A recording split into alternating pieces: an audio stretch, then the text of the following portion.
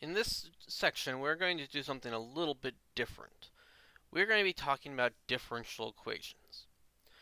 So, before we even get started on this, let's actually define what a differential equation is. So, we'll have variables,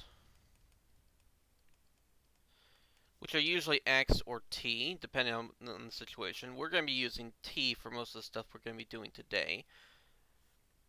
We'll have some function, usually y.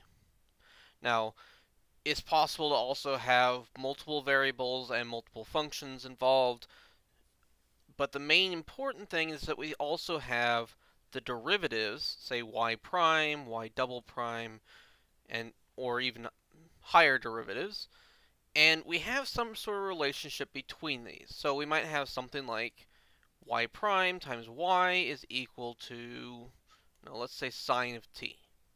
And we're looking for a function. We're trying to solve for the function y that makes this true. We're not solving for t, we're looking for the function. That's what a differential equation is.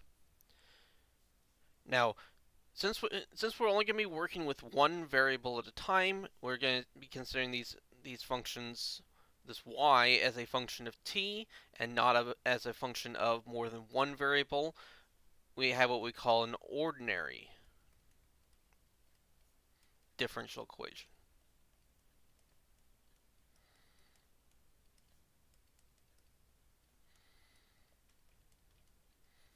Or some frequently abbreviated as ODE, and hence why I named the video what I did.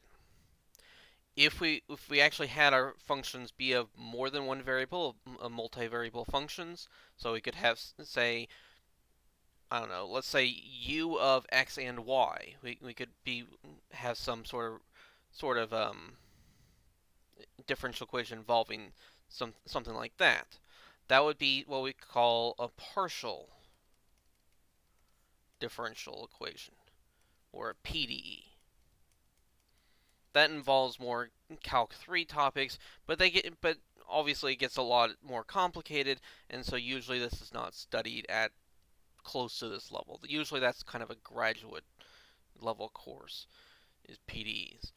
So so we'll be looking at these ODEs, these ordinary differential equations, and if I just say differential equation, that's what I'm going to mean. And of course, this is a very big topic. We're not going to cover an entire differential equations course in just this one section. We're going to be looking at one particular specific type of differential equation and how we can use linear algebra to solve that type of equation relatively easily compared to, say, this equation here might be somewhat difficult. I mean, obviously, I know how to proceed on this particular one. It's actually not as bad as it could be, but there are definitely ones that can be a lot more complicated, even if the formula doesn't look very complicated to begin with. So, we are going to specifically be looking at a system of differential equations. So we're going to have functions y1 through yn. These are all going to be functions of a variable t, and we're going to have equations. So y1 prime, so the first derivative of y1 is going to be some constant times y1 plus some constant times y2, and so on and so forth, till we get to some constant times yn. And then we have another equation. The derivative of y2 is some constant times, that should not be a11 again, it should be a21. So some constant times y1, some constant times y2, and so on and so forth. And then we have all the way until we get to the first derivative of yn is a constant times y1, then a constant times y2, and so on and so forth. Should seem fairly familiar to you. But this is what we mean by a system. Well, this is the type of system that we're going to be looking at.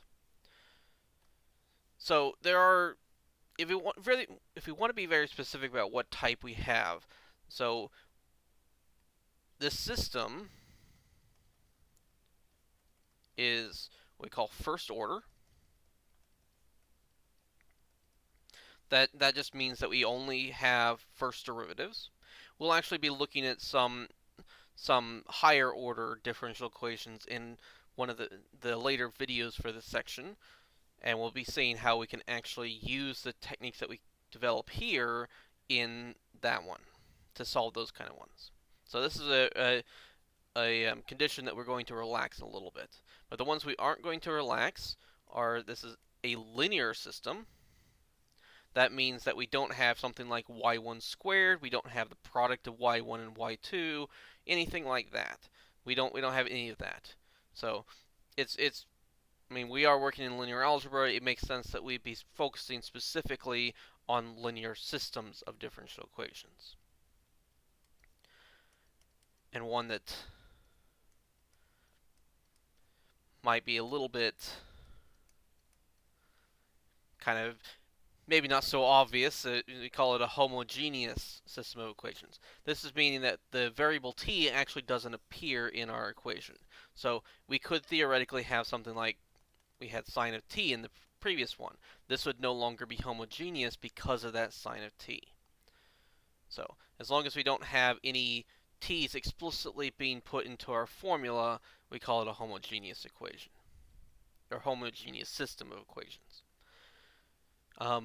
We can actually use some of the techniques that we're developing for the homogeneous case to tackle the non-homogeneous case, but it's going to be a little bit more complicated. So we're not going to be even attempting to do anything like that here. Now, it really shouldn't be that hard to see that what we're going to do first, the very first thing that we're going to do is change this system into a matrix product. So we have all these A's, it would make a lot of sense to make that a capital A matrix, an n by n matrix, just of all those A's. And in fact, we're going to turn the y1 through yn, we're going to turn that into a column vector. So here, in fact, you can kind of think of this as a function that gives us a vector out. If we plug a t into this capital Y, it's as if we plugged a t into each of these y1 throughyn's, and we get a vector out from this function. Let's say it's a vector valued function. So this side over here, all of our right-hand sides turn into the matrix product of A and Y. This over here, this is really just the derivative of y. So y prime is equal to ay. And that's a little easier way of actually looking at this system. In fact, that's usually how I'm going to write it out, unless I need to focus on the actual equations themselves. Your actual homework problems and a lot of the examples that we're going to be doing will start out in this way, but the first thing that we're going to do is turn it into a matrix. Obviously, that's kind of the whole reason why we're even bringing this up in this book. It's kind of a side topic, but it's just going to use some of the things that we've been developing anyways to actually be able to solve it. So, all right. So let's look at a simple example of this. Let's just look at an n equals 1. That means we have one function, and our equation just becomes y prime equals a times y for some constant a. We're looking for a function of t, whose derivative is equal to a constant times that function. If you think back to our common functions, obviously powers aren't going to work because if we take the derivative, we change the power to one lower. It's not a multiple of the power that we started with. Same thing with sines and cosines. They switch between each other. If we get into the other trig functions, they become very different. So what really is helpful here? How about the exponential function? If we think about the function e to the t, the derivative of this function is then again e to the t, which would be great if a was equal to 1. If we don't want a to be 1, then we can modify this a little bit. If we put an a in front of the t, remember the power rule says that we have to multiply by the derivative, not power rule, sorry. The chain rule says that if we have to multiply by the derivative of the inside, derivative at is going to be a. So we end up with an e to the at, but then multiplied by a. We have that the derivative of this function is a times that function. So that would be a solution to this differential equation. It's not the only one, though. And pretty much in every differential equation has more than one solution, because we can also multiply this function by some constant. And imagine that fits in there a little bit nicer. But the idea here is if we multiply by a constant, we do get the same kind of result. That the derivative is a times that same function with that constant in it. And that would be the general solution.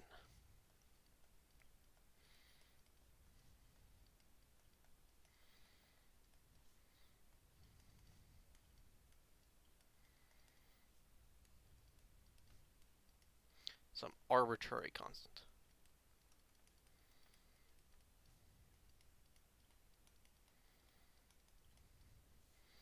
Think of the c here as kind of the same constant that we had for integration. It plays exactly the same kind of role, even if we're not adding it to the end. It actually gets multiplied here. So, how are we going to use this idea to solve what we had before? So, this was our n equals 1 case. What if we have our more general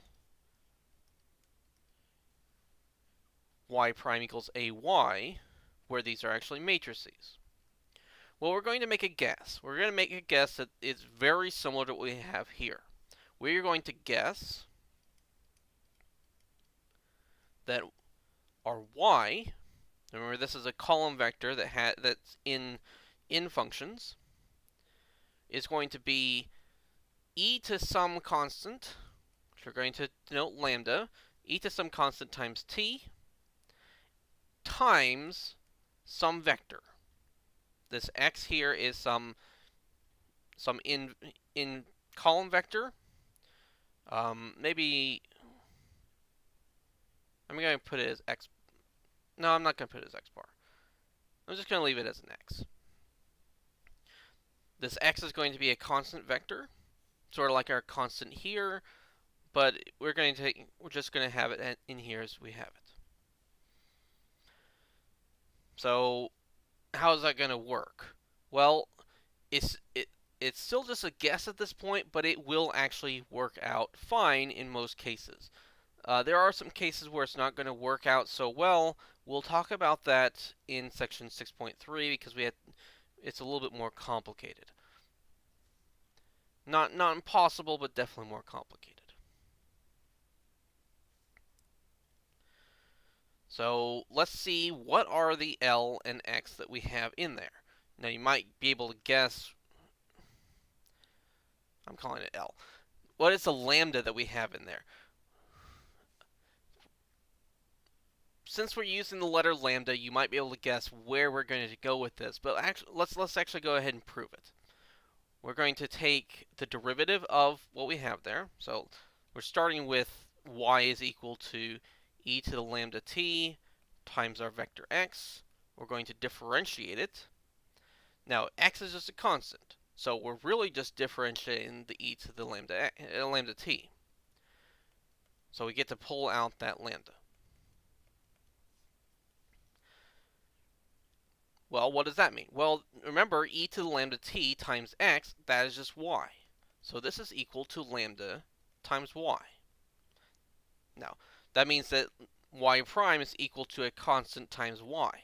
But we really wanted y prime to equal this matrix times y. So that means that ay is equal to lambda y. So ay equals lambda y. Okay, so what does that mean? Well, y is it's a it's a vector. We can't really divide it out or anything like that.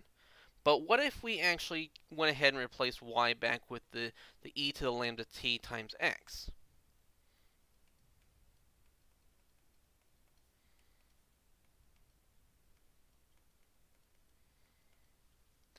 Then e to the lambda t, it's not a constant, but it is a non-zero number. Exponentials can't give us 0. We can divide that out. We get that ax is equal to lambda x. So what we can see here, if you remember last video, lambda is an eigenvalue. And x is a corresponding eigenvector. So if this is going to solve our differential equation, our system of differential equations, the lambda has to be an eigenvalue and the x has to be an eigenvector that corresponds to that same eigenvalue. So that's actually going to be the key to this. Our general process is going to be to find all the eigenvalues of our matrix A, and we need to look for eigenvectors corresponding to those. That will give us a bunch of solutions. It won't give us every solution. To get every solution, we have to realize that because we're working with a linear system, we can do something special. If we say, let's say that y1 and y2 are solutions.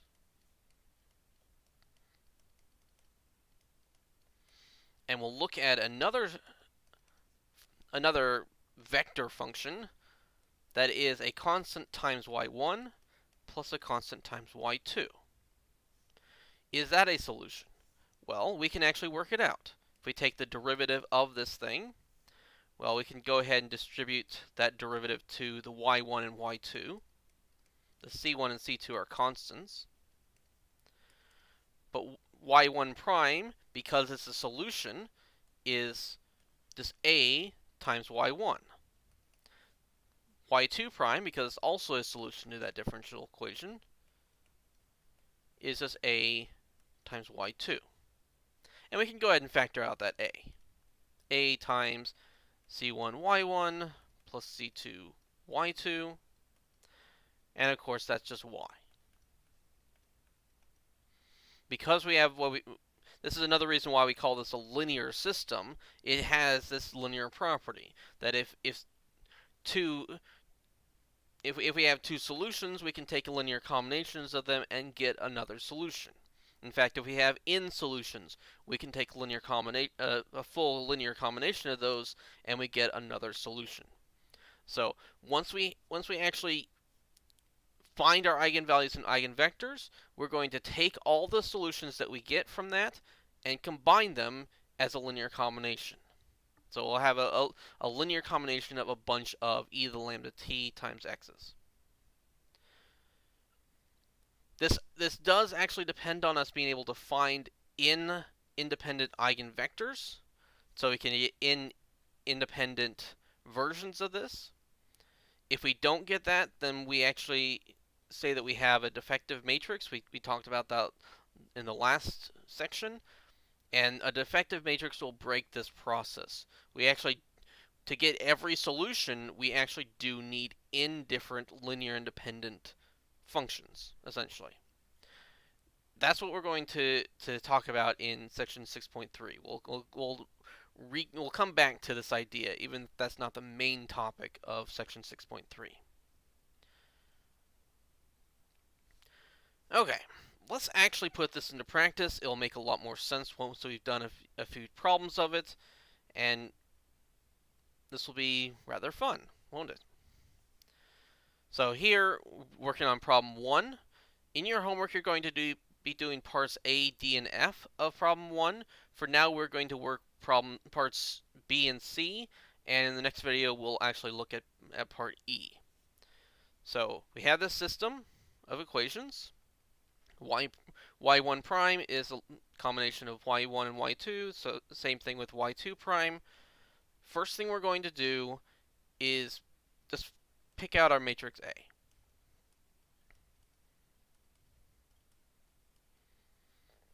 So we have a matrix A. What do we do with that? We're looking for eigenvalues. So we're going to then, if you remember our process from last section, we're going to subtract lambda from each of our diagonal elements. We'll keep the other ones the same, and then we'll look at the determinant. The determinant of this, we have 2 minus lambda times negative 3 minus lambda. Then we subtract 4 times negative 1, so we actually add 4. We get to expand this out. We're going to get lambda squared plus lambda minus 2. And then we can vector that. So this is lambda plus 2 and lambda minus 1. So our eigenvalues, our lambdas, are 1 and negative 2. Because we want this determinant to equal 0. Now we need to find eigenvectors. Those eigenvectors are actually important here. We can't do anything without them. We need that. We'll start with lambda equals 1. That means we're going to replace the lambdas here with 1s, and we're going to look at the matrix that we get. So 2 minus 1 is 1. Saw that 4, negative 1, and then negative 3 minus 1 is negative 4. Of course, we can then use raw operations to simplify this. Add that first row to the second row, we get zeros there. And we imagine that we're basically putting a column of zeros here. We're solving this as if we set this system of equations equal to all zeros, and we're trying to solve. That means that if we say pick 1 for our second variable, we're going to need negative 4 for our first one. We can say this is our, I guess we'll call this lambda 1, and this is our x1. This is our corresponding x. Our lambda 2, which in this case is negative 2, we go ahead and do the same thing. We plug in negative 2 here. That means we're adding 2 to our diagonal elements. We have 4, 4, negative 1, and negative 1. Of course, we can divide that first row by 4, use it to cancel out the 1s in the second row, and we get an x2, an eigenvector corresponding to negative 2, and say negative 1 and 1. So, we're going to take linear combinations of these. Our y is equal to a constant, c1, times e to lambda 1 times t, so it's just 1 times t, times the vector x1, which is negative 4, 1. We do the same thing with the other eigenvector, or eigenvalue and eigenvector. So we have another constant, c2, times e to, now this time the lambda is negative 2, so we have negative 2t, times this eigenvector, negative 1, 1. And that is our general solution. Now we could go ahead and actually expand through and see what this actually is. So remember that this is just well, it's kind of a number. It's a function technically, but it's a number that is being multiplied to this vector, so it can multiply it to each part. So we're going to have a negative 4 c1 e to the t, and well, 1 times c1 times e to the t. And then we're adding the same kind of thing from this one. So we have a c2, so I guess there's a negative, so I'm going to change that to a minus. So we have negative c2 e to the minus 2. And then here, this 1 just means we have a plus c2 e to the negative 2t. And that's our solution.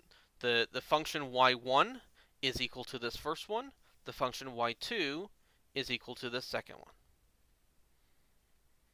And we could go back and we could actually plug those in here and see that they work themselves out. That it actually does, the derivative of those two functions are equal to these combinations of these two functions. Alright, let's work on this problem now. So very similar kind of question. We just have different numbers involved. We're still going to first of all turn this into a matrix. And we're going to see what are the eigenvalues of this matrix. Again, we subtract lambda from each of our diagonal elements. We see what this is. We have 1 minus lambda times 4 minus lambda. Then we subtract negative 2 times negative 2, so we subtract 4.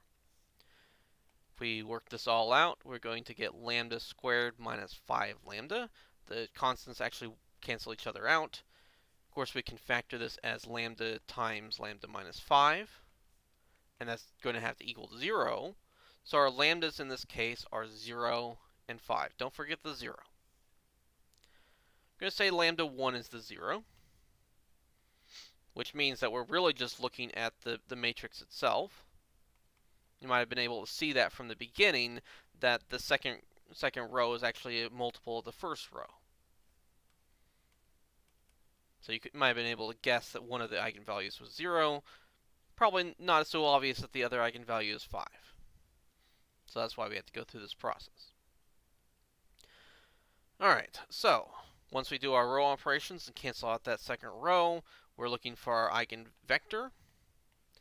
Again, I'm usually just go ahead and pick 1 for our free variable unless I need to divide by something and I don't want to deal with fractions. So I'll pick 1 there, which means I get 2 for the other one. That's our first eigenvector.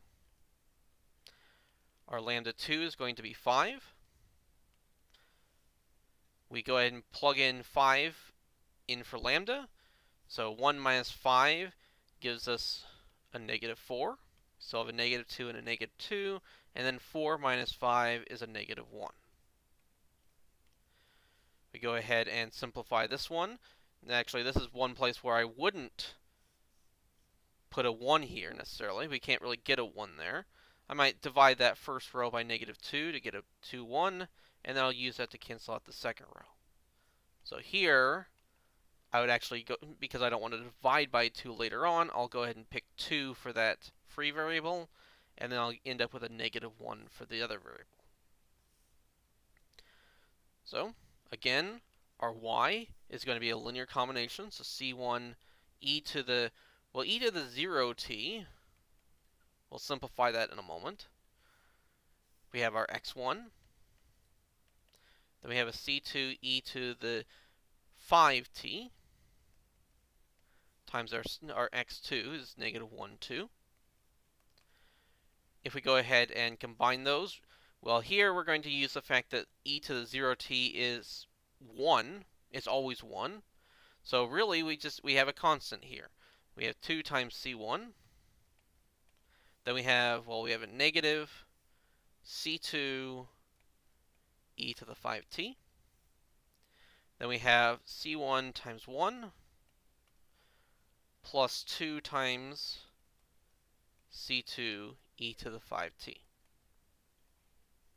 And again, we could go back and plug these two functions. So that, remember, this first one is y1, the second one is y2. If we plug those functions into here, you see that their derivatives are these combinations of the two functions.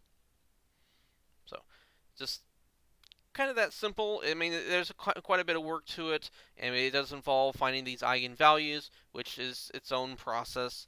Of course, when we move up in dimension, this is just a 2x2 system.